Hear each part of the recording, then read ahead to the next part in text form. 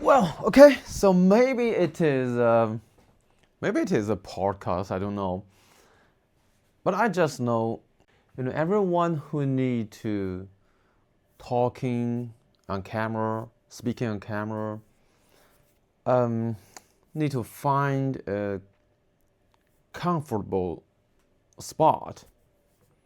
You know, both on the physical place and the mind, the mind situation. Okay. Okay, maybe we can start. Okay. Well, hello everyone. Welcome back to my channel. I'm Charlie. Well, you can see that I found this new filming vaccine in my workshop. I find it in this evening, in this morning, yeah. And I just well, I was making a regular spoken English practice. I just opened the camera, on my desk, on my office desk, and I found that, well, you know, the image looks better than was speaking in my previous videos. And I found that, even it not looks very formal, but the whole speech make me comfortable. So I realized that maybe I need to find a better spot to capture, to feel. So I tried many places in my workshop, and in the end, I found this scene. You can see it is a shelf, my storage shelf. Yeah, it is a very uh, normal spot in my workshop, but I found when I sitting in front of the camera, I think it is easier to talk. It is easier to speak English. I found that maybe sometimes, even for a English learner practice his who want to practice his spoken English, maybe you know it is better to make myself comfortable, because English is not my native language. So there are many challenges when you speaking this language, your second language, such as the fluency, the vocabulary, and the mindset. You will find you are not so smart as you speaking your native language. So it means that your brain processing speed slowed down to a very low level. So I think maybe at least I need to find a comfortable gesture. I was standing to record in my previous videos, and I found it makes me nervous and anxious. I don't know why. I think maybe because I don't, let me change the expression. So, when when I was standing in front of the camera, it makes me feel that I am speaking to many people. Okay? And even you are good at speaking at amount of people, you will feel a bit of nervous or anxious, and I think it's normal. But you know if you are speaking a foreign language which you don't fluency, I think standing while speaking will bring a challenge. Is a challenge for me. So I think maybe that is maybe a secret, or maybe a skill that we need to narrow. We need to narrow or reduce the challenges while we are learning the second language. and I think find a comfortable seat like this chair. This is my office chair, and maybe find a gesture you are comfortable. It's better a practice. Okay, it is a better and practical way. Okay, so I think I talked too much in this episode, and I'm not sure how long this episode will be, but I think whatever, maybe you can call this a podcast, a regular video, whatever. But I think that is, uh, you know, what the language is. The language is just used for express the thoughts, express what you want to speak to others. And I think the comfortable is a prior condition. And I feel better than rather than standing recording, okay? Standing and while recording.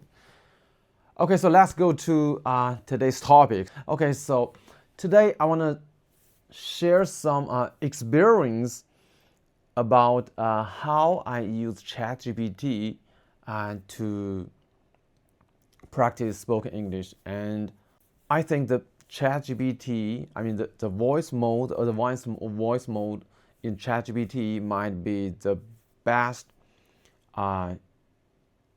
best English speaking friend to me. And I think it's a practical way. Yes, and I also think the real thing that brings me the confidence to speak in English is ChatGPT. It's the voice mode in ChatGPT. Because I found, at the very beginning, the OpenAI released the ChatGPT, we can just typing chat with AI, and in that time I don't realize it can practice English, because and especially spoken English, because the AI can't speak and can't listen. But there is a function called voice mode. You can just speak to the ChatGPT. I found, wow, maybe I think it's the time to start practice my spoken English, because I found that speaking to a native English speaking AI, it's really how to say it? It's really give anyone to practice, to learn any language. And the speaking and the listening is quite different from like reading and writing.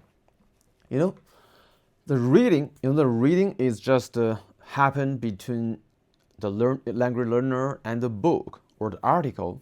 So I mean, there is no interaction, or the interaction is one way. Just you use your eye to read the text on the paper, and it doesn't need anyone else to help you read. And writing is the same thing. And actually, the listening is likely, very much, because if you are listening a podcast or watching a movie, you really don't anyone else. You just need yourself to focus on the content and absorb the content, absorb everything you can from it.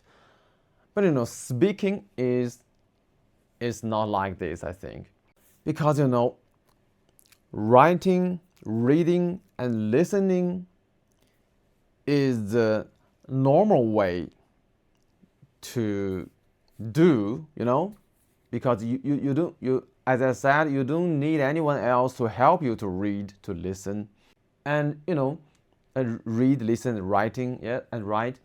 But listening is a bit of different because you can both listen to content or listen to a real person. Okay, but in nowadays, the balance is, in nowadays, you will have a half time to consume to consume the content. So it means that you have half of the listening time to the one-way listening. I mean, watching video or listening podcast, watching movie like that. But speaking is very different from these three methods, from three language skills, because you really need you regularly often speaks to some real one, some real person, instead of just speaking to yourself. I know speaking to yourself is another situation, but I think it is not the most time you speak. Okay, so you often speak to some real person in your native language. So it also means that it is hard to find a real person to speak the language you are learning. But I think the AI changed that totally, because you can speak to the AI anytime, anywhere. And since I mapped the voice mode in ChatGPT, I found, yeah, it really looks like a real person. And at the beginning, it is not like this. At the beginning, the latency is not like so quick like today, and you need to wait. You need to wait seconds or more times for the response. And I remember that in the very beginning, the time without the voice mode.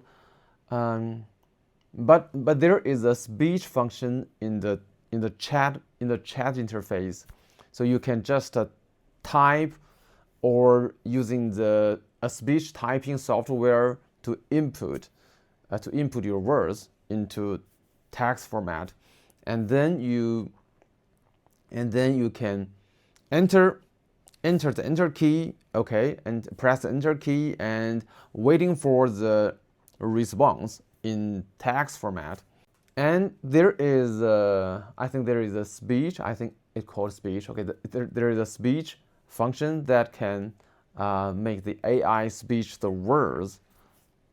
But you need to wait seconds for generating the voice of the response, of the text response. Although you can listen the response in voice from the AI, but it is very different from speaking to a real person. Because maybe while you are speaking to a real person, maybe in your native language, you will get a response, I think less than 2 seconds. I think unless someone don't want to respond to you. If he is a regular person, I think he will respond to you in very quick time, very fast. In a very quick time. So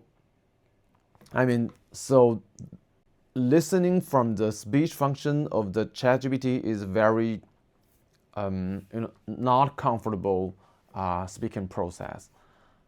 But it all changed since the voice mode. You can speak with the AI in the voice mode, and you can just talk to AI, and the AI can. And we all know that, all of us know that the process is similar to just typing, and the back server convert your voice to the text, and then the large language model just process the text and then respond respond user text answer, and then the TTS, I mean the text to speech system converts the text to back to the speech, to the voice. Okay, I know the back process is the same, but the time, the latency is very different. So it means you can get the response very, just in seconds, maybe 2 seconds or 3 seconds. It means that the AI can be your English teacher. So I remember since then, I started to have a small conversation with AI, just like, if I don't know a word, before the AI era, I will, use a Google to find the appropriate name of my question, maybe about the precise name of an object. But it really takes much time, because you can just type, you can just input the text, but such as questioning a precise name of an object is very difficult using the typing, through typing, because you don't know the precise name of this object, so you definitely don't know how to describe the object, precisely. And maybe in the next area, like image searching, it makes this easier. So you can just capture the image and send to the Google, and it will tell you that the name, the English name. So if you use the English version of the Google, okay. So it means that you can know anything. You can know anything's name in specific language. But when I started to record the short video, the one object a day short video every day, I found I really don't like to just capture an image and ask the AI to tell me what it is. No, I don't think, it does work. It does work very well, and the AI will tell you something more about this object. But my approach is just to try my best to describe this thing. For example, I don't know how to say that. Maybe I think it is a light. I think so. So I'm not sure. So maybe it is a filming light, but I don't know how to say it. So I will try my best to describe it to AI like it is maybe a light or lighting or whatever. I don't know, but it is really like a light, but not installed on the ceiling, or we can. It's just for the filming, such like that. I will speak much more about this. The AI is different with the search engine, so it can think. So it means that it can guess. It can guess what you are talking about, even you don't have a good, even you don't have the good spoken English skills. And it's really like a person, It can guess your intention. And the very interesting thing is that it really looks like playing a guessing game, not learning a language. And it makes the learning process not boring, but enjoyable.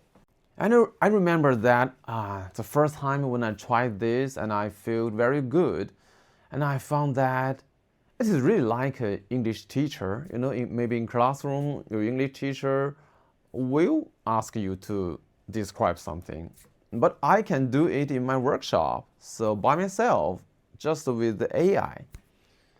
It's really amazing time. Yeah, amazing spot. Okay, and so let's go back to the ChatGPT. Yes, this is just one approach I use to speak to the AI, and I found that I think the second most important approach to talk to the AI is just to let AI to correct me, to correct my mistakes.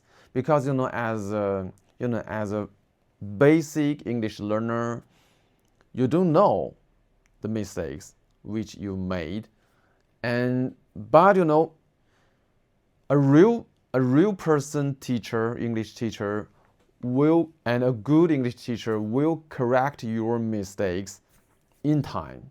And this is the value of an English teacher or a language coach.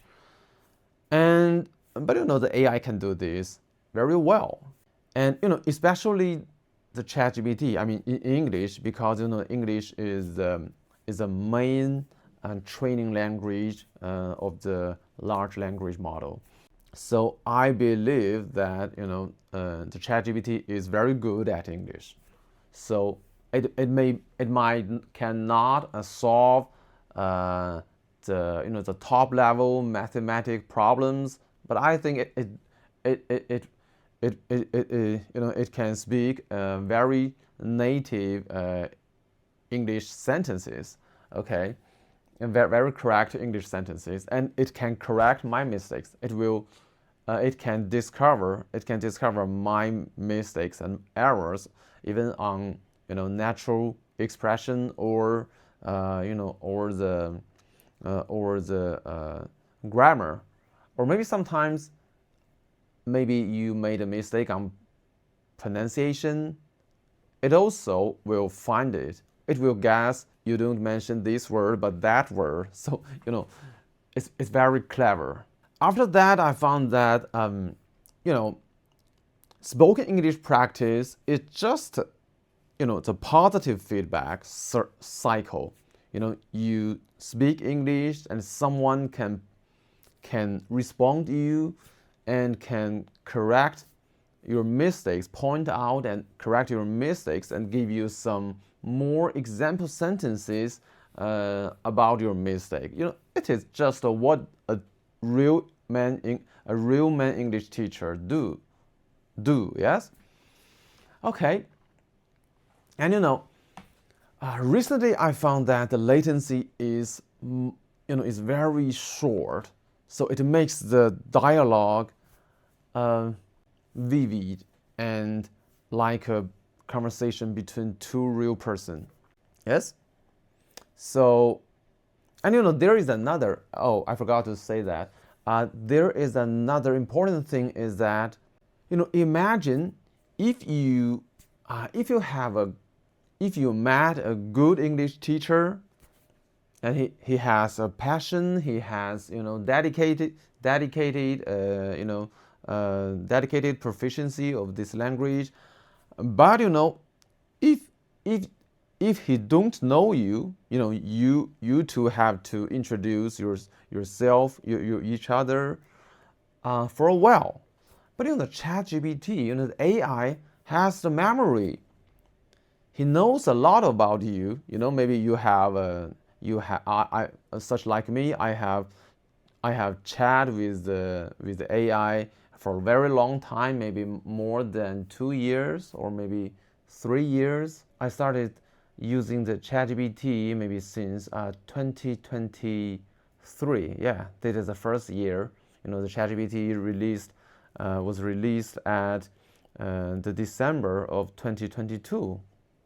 Okay, if I don't remember wrong. Okay, and the AI knows a lot about you, so it can, like a real English friend, it can respond to you such as maybe every morning I greet to the AI, so morning, good morning, and the AI will respond to me that what plans do you have and what topics do you want to talk, and or maybe is there any other projects, DIY projects you want to do? So it's really like a person, and I think it will very helpful for the English conversation. Because it will give you the appropriate response in English, and that is what I want. So okay, maybe I think that is the most of the experience I have. Oh, okay, so got it. Oh, there is another thing besides the memory. I think the memory is a good side of the AI for an English friend, but I think that is another risk, being an English friend, because the first is the memory is not controlled by yourself. It's just stored in the background of the OpenAI, and actually it has it has an export function, so you can just download maybe all the memory. But I think I found that sometimes the ChatGPT is not very good when I speak English, when I was speak English with it. For example, so if sometimes I want the AI to instruct me in some specific ways, the English teaching ways, so it can just follow my commands, maybe only some days. If you repeat these commands, every day, or maybe every 2 day, every other day, it will follows. It will remember your requirement, specific requirement. But sometimes I found maybe maybe sometimes I didn't mention this, maybe a specific teaching or English learning approach. The ChatGPT will forget it.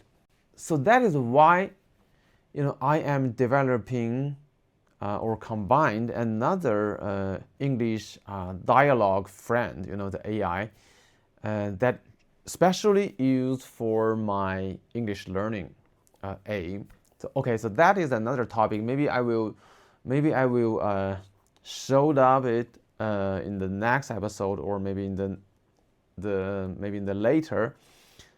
But it is very interesting. So when you have a self-developed, self-created dialogue English friend, you can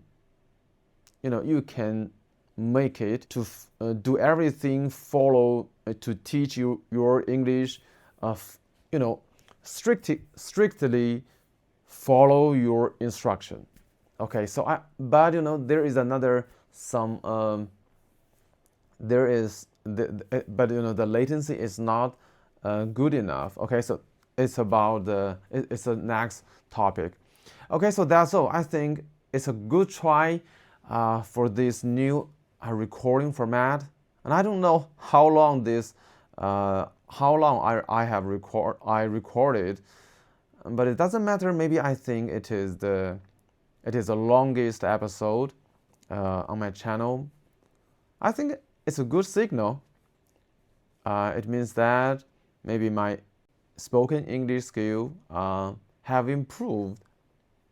Okay, so got it. So thanks for watching, and see you in the next one.